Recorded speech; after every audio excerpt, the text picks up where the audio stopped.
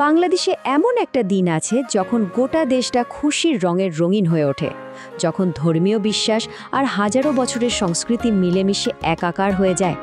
আজ আমরা ঠিক সেই দিনটা নিয়ে কথা বলবো, ঈদ উল ফিতর। একজন সাংস্কৃতিক ঐতিহাসিকের চোখে আমরা দেখব কিভাবে এই উৎসবটা প্রত্যেক বাঙালির জীবনে বিশ্বাস, ঐতিহ্য আর ভালোবাসার এক অসাধারণ গল্প বনে দেয়। একটা কথা আছে না, বাঙালির ১২ মাসে ১৩ পার্বণ। এই প্রবাদটাই বুঝিয়ে দেয় উৎসব আসলে আমাদের জীবনের সাথে কতটা ওতপ্রোতভাবে জড়িয়ে আছে। আর এই এত উৎসবের ভিড়েও যেটা সবচেয়ে বড়, যার জন্য অপেক্ষা থাকে বছরভর, সেটাই হলো ঈদ উল ফিতর। তো চলুন এই উৎসবের একদম শুরু থেকে শেষ পর্যন্ত একটা সফরে যাওয়া যাক। আমরা এর প্রস্তুতি থেকে শুরু করে দেখব মূল উৎসবের দিনের রীতিনীতি আর ঐতিহ্যবাহী সব উৎসব। আচ্ছা, প্রথমেই যে বিষয়টা আমাদের বুঝতে হবে সেটা হলো, বাংলাদেশে ঈদ কিন্তু শুধু একটা ধর্মীয় আচার অনুষ্ঠান নয়, এটা এখানকার স্থানীয় সংস্কৃতি আর হাজার বছরের ইতিহাসের এক দারুণ মিশ্রণ। ঈদ উল ফিতর এর আক্ষরিক মানেটা কিন্তু খুব সহজ, রোজা ভাঙার উৎসব। রমজান মাসের দীর্ঘ ১ মাস কঠোর সাধনার পর শাওয়াল মাসের প্রথম দিনে এই খুশির দিনটা আসে। এই টাইমলাইনটা দেখলে জানেন, একটা দারুণ গল্প আমাদের সামনে পরিষ্কার হয়ে ওঠে। ইসলাম আসার আগে বাংলায় নৌরোজ বা মিহিরজানের মতো উৎসব ছিল ঠিকই, কিন্তু সেগুলো প্রায় উঁচু শ্রেণীর মানুষের মধ্যেই সীমাবদ্ধ থাকত। ঈদ এসে সেই দেয়ালটাই ভেঙে দিল। এমন এক উৎসবের শুরু হলো যেখানে ধনী, গরিব, উঁচু নিচু সবাই একসাথে কাঁধে কাঁধ মিলিয়ে আনন্দ করতে পারে। এটাই ছিল ঈদের সবচেয়ে বড় সামাজিক বিপ্লব। আসলে ঈদের যে আসল মজা, সেটা কিন্তু ঈদ আসার অনেক দিন আগে থেকেই শুরু হয়ে যায়। চলুন দেখি কিভাবে পুরো দেশটা এই বড় উৎসবের জন্য একটু একটু করে তৈরি হয়। মানে ঈদের প্রস্তুতিটাই যেন নিজে আরেকটা উৎসব। প্রথমে ধরুন ঈদ যাত্রার কথা। শহর থেকে গ্রামে ফেরার সেই টান, যখন লাখ লাখ মানুষ প্রিয়জনের কাছে ছুটে যায়। এরপর আছে ঈদ বাজারের কেনাকাটার মহাযজ্ঞ। আর সবশেষে তো আছেই সেই বহুল প্রতীক্ষিত চাঁদ রাত।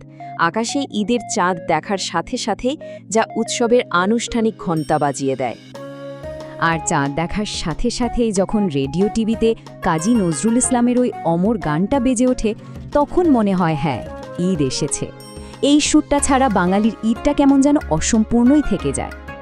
আচ্ছা, প্রস্তুতি তো হলো, এবার আসা যাক ঈদের দিনের কথায়, আর দিনের সবচেয়ে গুরুত্বপূর্ণ অংশে, ঈদের নামাজ। এই সময়েই ব্যক্তিগত সাধনা আর সম্মিলিত প্রার্থনা এক হয়ে যায়। ঈদের সকালে কিন্তু বেশ কিছু নির্দিষ্ট নিয়মকানুন পালন করা হয়। মুসলমানরা পবিত্র হওয়ার জন্য গোসল করে নেয়, তারপর তাদের সবচেয়ে সুন্দর, সবচেয়ে নতুন পোশাকটা পরে, গায়ে একটু আতর বা সুগন্ধি মেখে আর মিষ্টি কিছু মুখে দিয়ে ঈদগাহের দিকে রওনা দেয়। আর ঈদগাহের পুরো পথে আর নামাজের ঠিক আগে চারপাশটা একটা বিশেষ ধ্বনিতে ভরে ওঠে, তাকবীর। এর মানে হলো আল্লাহ সর্বশ্রেষ্ঠ।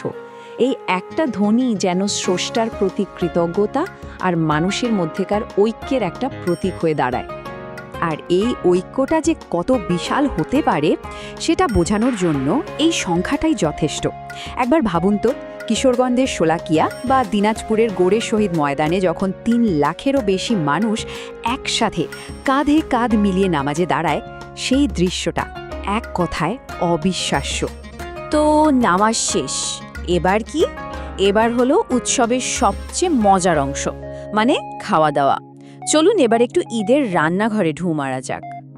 আচ্ছা, ঈদের দিন কোন খাবারটার কথা সবার আগে মাথায় আসে বলুন তো? অবভিয়াসলি সেমাই। দুধ, চিনি, বাদাম দিয়ে রান্না করা এই মিষ্টিটা ছাড়া বাংলাদেশে ঈদ ভাবাই যায় না। মানে অতিথি আপ্যায়নের শুরুটাই হয় সেমাই দিয়ে।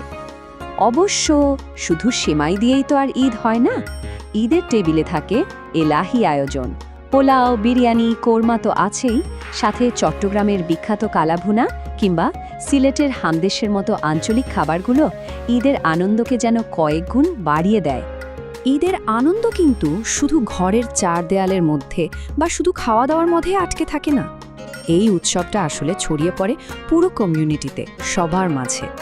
সালামি তো ঈদের আরেকটা দারুণ মিষ্টি প্রথা।